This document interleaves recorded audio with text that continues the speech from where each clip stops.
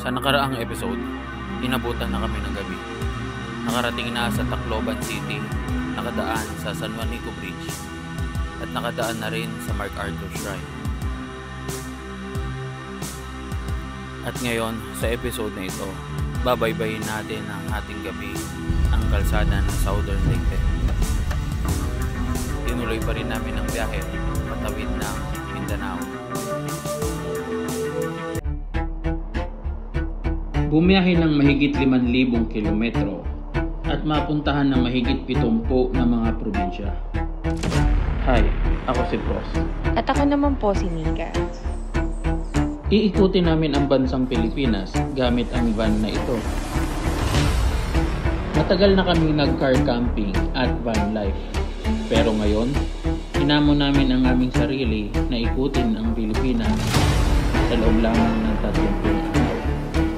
Mula Aparit hanggang Glan Sarangani. Samahan niyo po kami tuklasin ang mga perlas ng Pilipinas.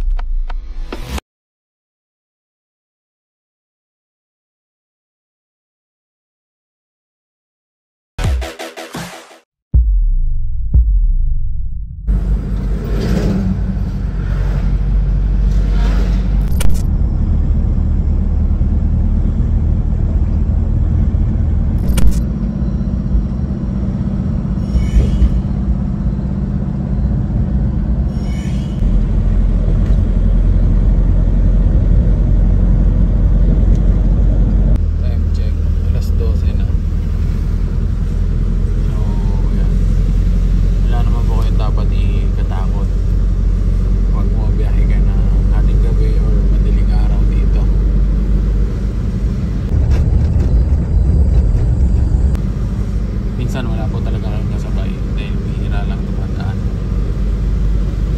Makakasalubong mo mga trucking truck,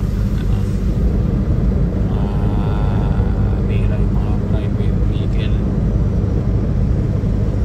Meron naman mga bahay-bahay, kahit nasa bundok lang may mga bahay.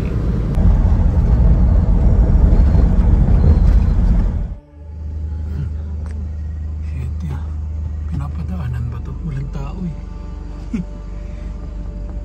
4-wheelers below and below. Pwede naman siguro dumaan. Baka ito yung nasira nung bagyo, yung nagdaan te.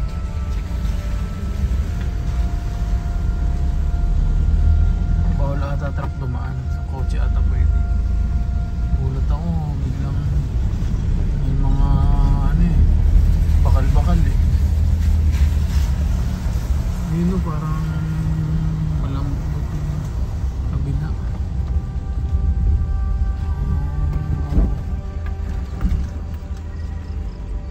Ang mga nagsisimula na sila gumawa ng panibagong tulay. Parang bumigay nung nakaraang bagyo. Oh, ito umangat.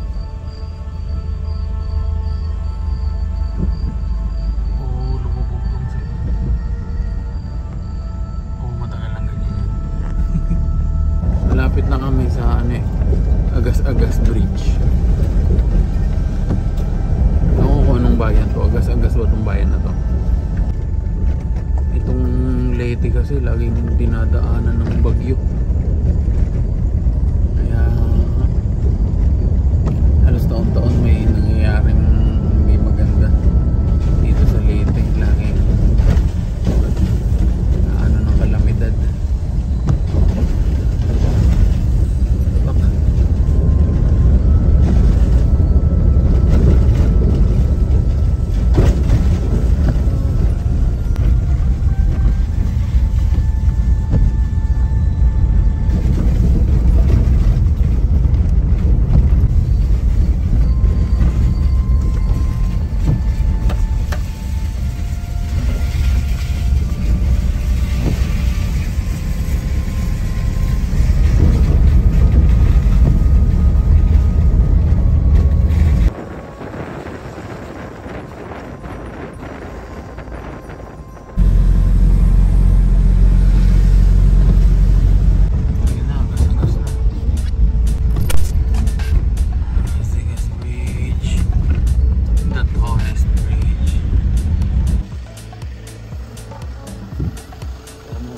Nandito na ako.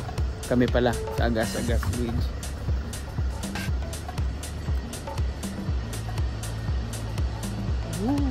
Batang napakalalim. Naririnig ko ano. Nakatakot.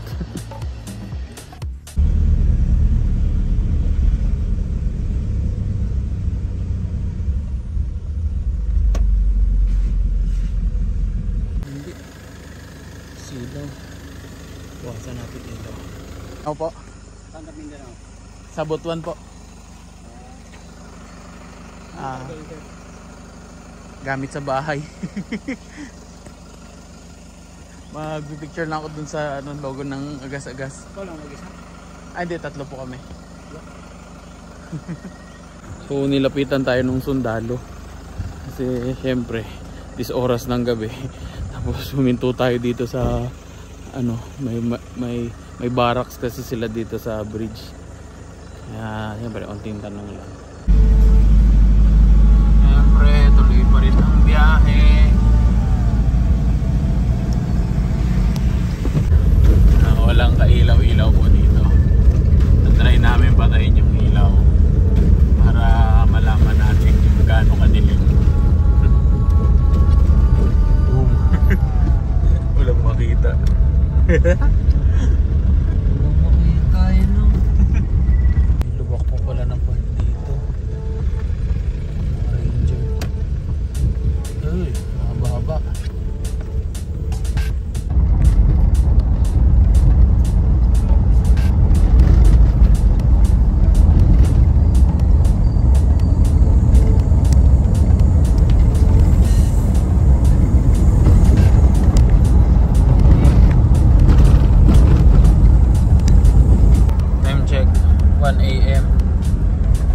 Sogod, Leyte.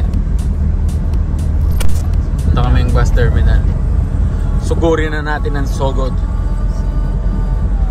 Sogod mga kapatid. Ito po daan. Mas madali po dito daan tayo. Dito na tayo sa bayan. Papasok na. Pag crossing liko pakaliwa. So mamaya pa daw alas 5 ang mga biyahe pamaasin. So pamaasin yun si ate Itang. Uwi na siya. So yung lola ko, nanay ko, lola ko taga Maasin. Kaya madalas din kami dito sa Leyte. So good, Maasin. May ferry pala na pa Montenegro. So aabot kami alas 2. Kasi habulin namin yung alas 2. Alas 2? Meron daw alas 2 eh. Oh, sige. Para ano. Salamat po. Oh. Salamat po. Sige te. Ingat ka te. Punta na kami Liloan. Habulin namin yung bus.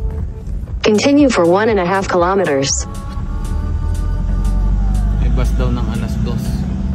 So 1:30 na.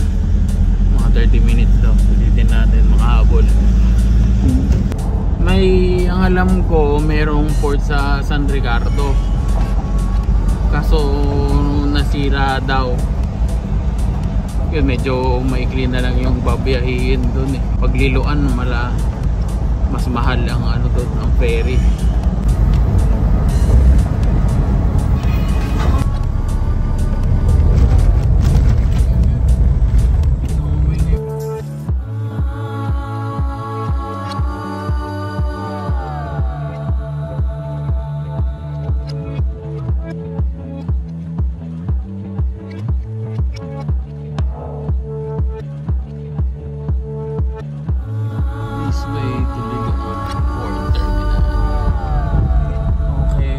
Clara, pila man? Ang Santa Clara ang bayad? Oo. 2,750. Oh, 3,750. 3,750. 50. No choice kami. Fast cut ang kukunin namin. Medyo mahal, 4,000 plus. Kasi nakaalis na rin pala. Alas 5. Ay, alas 2. Okay. Ilang biyahe? Sa Montenegro? Oo. Sa Tulo na. 24 hours na. sakyanan? 4,650. 4,650. Ang tao, morning. 464. Sa Santa Clara, kailangan 3750. Ang tawag 350.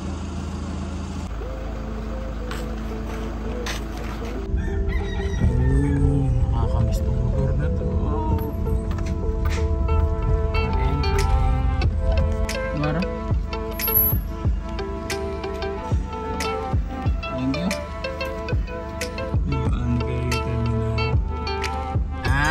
Bisaya na ta, kay na ta sa Mindanao. Ay, wala pa ba? Okay. Naiwan kami ng pang alas 2. Sayang. Nasa laot na sana kami. Alog na sana. Tapos, dito na sana kami ng alas 4. So, maghihintay pa kami na 3 hours. Mas mura yung Santa Clara, nasa 3,000 ang sasakyan below. Yung Montenegro mura din. Ang mas mahal yung fast cut. Ang fast cut kasi naman mamaya na alas 5. Yun na yung kasunod na biyahe, kaya yun yung kinuha namin. Nasa 4,400 something, tapos may discount daw, pa-discountan. Nasa 4,100 lang nakuha namin. Tapos 464 kung hindi ako nagkakamali yung passenger at tao. Siyempre libre ulit driver yun. Kahit madaling araw din may biyahe, may 2 and may 5, so 33 hours na 33 hours na kung bumabiyahe, kaming bumabiyahe. 33 hours na nagda-drive. Tapos merong 2 hours lang na idlip na tulog. So yun nga, yun yung isa namin, yun yung isa kong binibit. May binibit akong record, personal record, na more than 36 hours akong bumabiyahe. Yung nakaraan, kinaya naman. So estimated ko na nakukonsume na diesel ay nasa nasa 75 liters na ang estimate ko na nakukonsumo.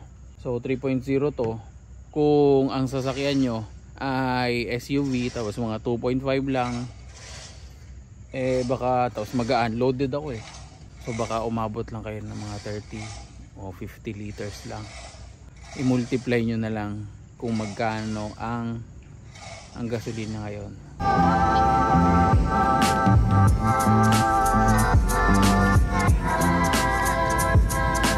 Kidnets na sa gilid ng cup noodles lang. Ito lang meron dito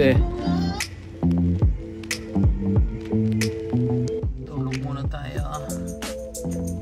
Tulog muna tayo mga amigo. Thank you. Morning, morning, morning. Pasukan na. Nakatulog ako mga 2 hours.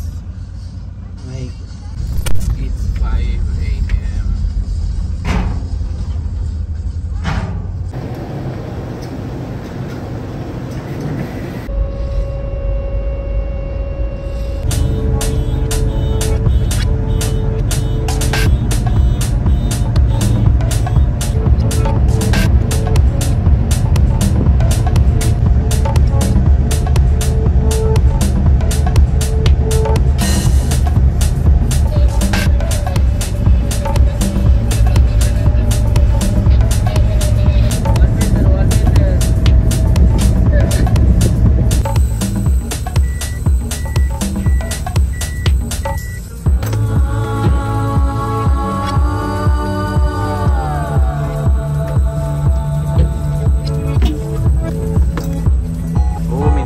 Mindanao na.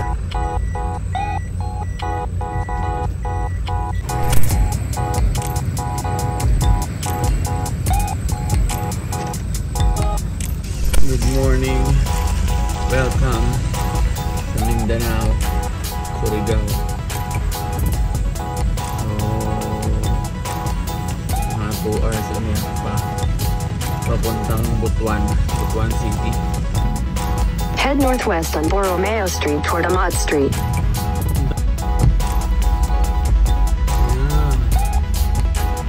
Ito andito rin yung mga ferry papuntang papuntang Siargao.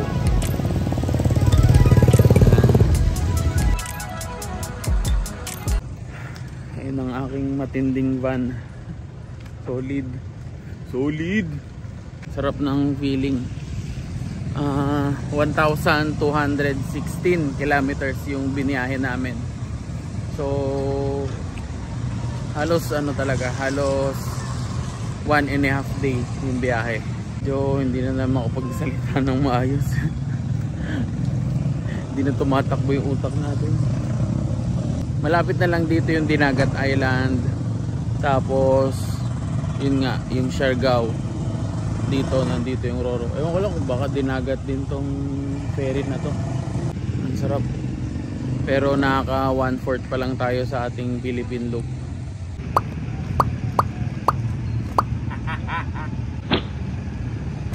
Matindi dinanas nitong lubak.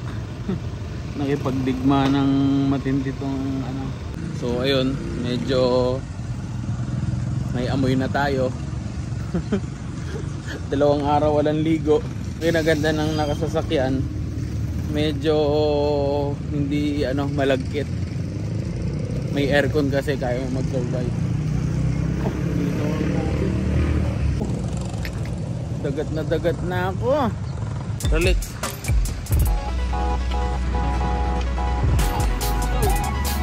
May makdo.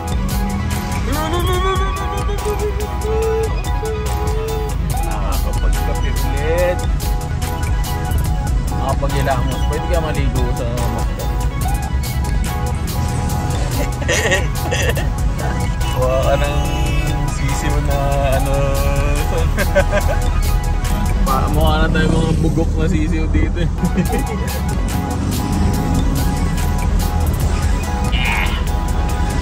This is life of a biyahero. Sa next episode, nakarating na kami ng Butuan City, Agusan del Norte. Home sweet home. At sisimulan na natin ang phase 2. Ang pag-iikot